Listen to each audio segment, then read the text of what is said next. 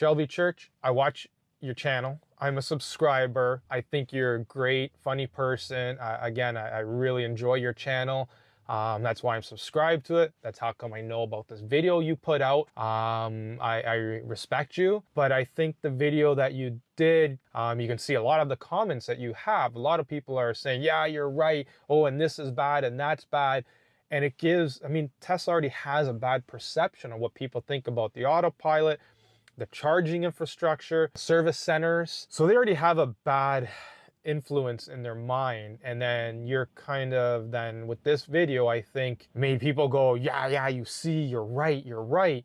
When I think everything that you pointed out are non-existent issues. Please note that this is a rebuttal to your video. I mean, no harm at all. Again, I'm a small little channel, small little guy.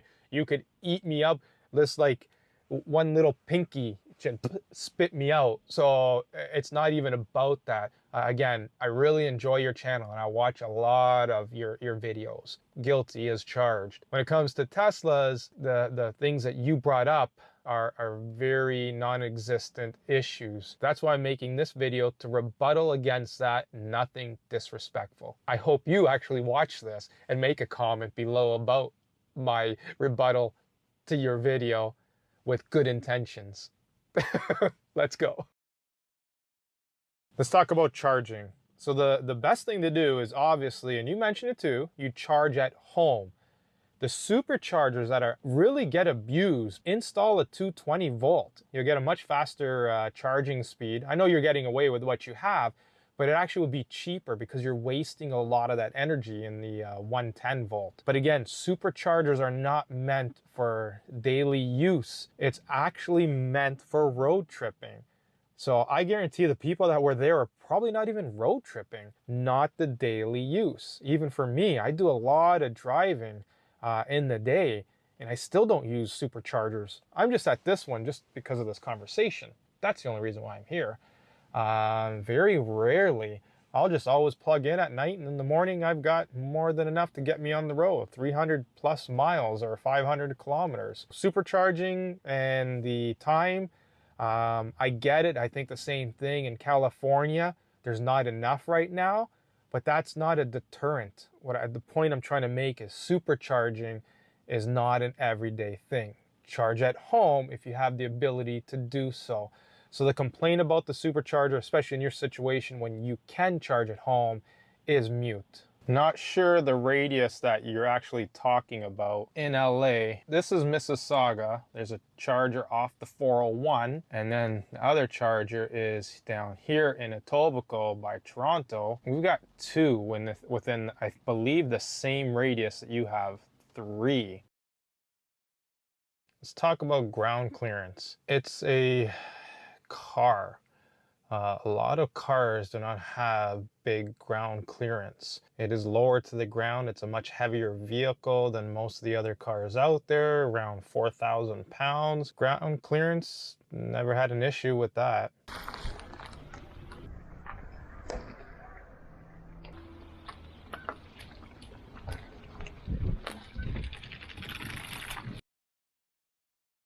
So let's talk about how dirty the car is and how are we supposed to wash it. Hey look, it's a touchless car wash. I think we can go through that. Going through the car wash. So it's pre-soaking without ever touching the car. And it's a lot cheaper than a hand wash. Now, is it better than a hand wash? No, of course not. But when you need to get some salt or grease or grime or bird poop off the car, this is a good way to do it. And cheap. And it's fast.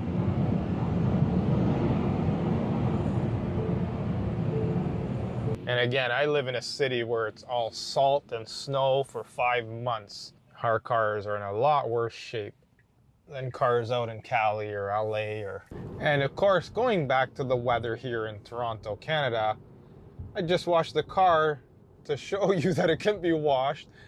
And look, it's raining. Oh boy, the things we do for the videos.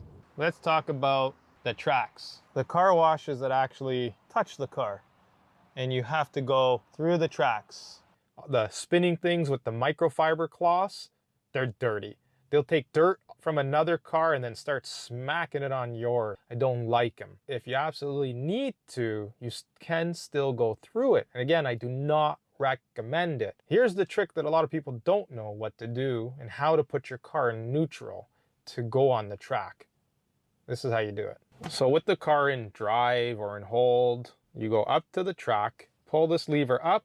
You don't have to hit the brake or anything, and you're in neutral. So you see now if I try to push the accelerator, I'm in neutral.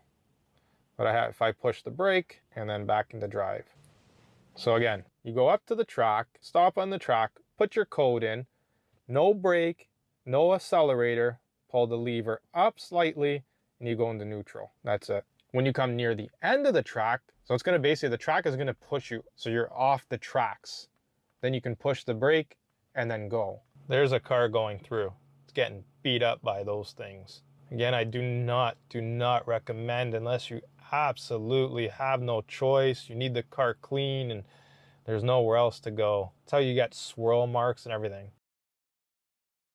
Aero rims. You see that? You take off the caps and then you have these underneath. So you don't need to worry about just having some ugly rims. And look, you can even put some nice red stickers on there. You got these caps that cover over. Aero wheels, they're much better to have because if you're worried about having the extra range, but if you don't like them, you can pop them off. They come free with the car, or you can upgrade or change them. So complaining about the aero rims, they were meant there for a reason. That's my thoughts on the aero rims.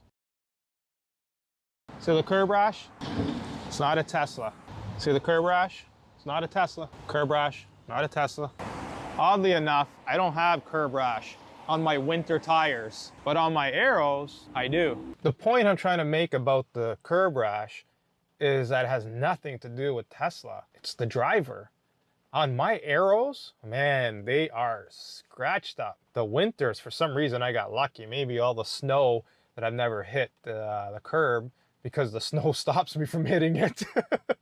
But my Aeros, but they're bad. Again, I just, in a random parking lot here, went up to some few cars, which were actually SUVs also, and they got curb rash. Has nothing to do with Tesla in general. I'm not saying you're a bad driver, because like I said, I also have that issue.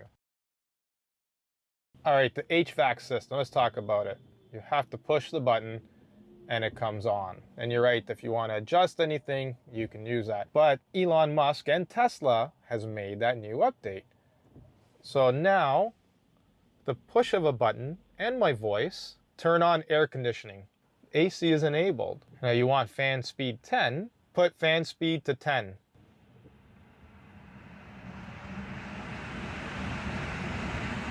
So the fan speed is at 10. I don't need to touch anything. Set AC to 60 degrees. All right, and then you can also do this. Turn air conditioning to auto. So now, it's actually on auto. So I don't have to worry about adjusting anything. I just set my climate, which again can also be done. Set climate to 67 degrees.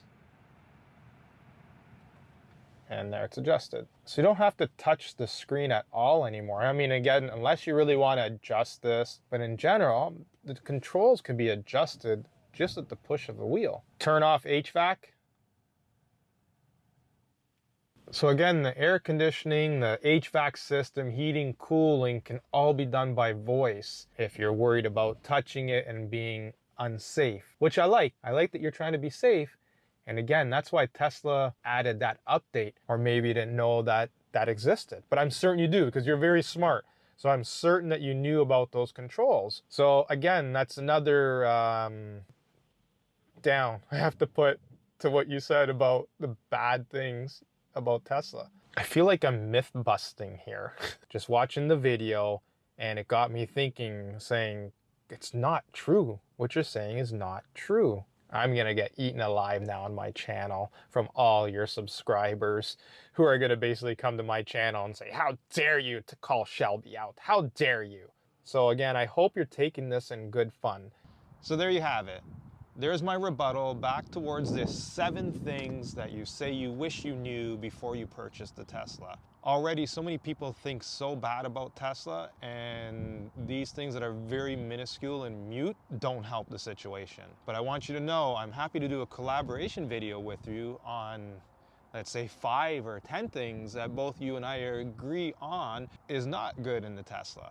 So let's come up with a list together. Maybe I choose 4 or 5 things, you choose 4 or 5 things, and we do a little collaboration on what truly is bad or complaint about the Tesla. But the 7 things that you brought up, that's not it. So there you go. I appreciate you guys watching this. Hopefully, Shelby, you're also watching this, so you can come back at me and tell me where I'm wrong. All right? This is the Backseat Baller saying, see you in the next one.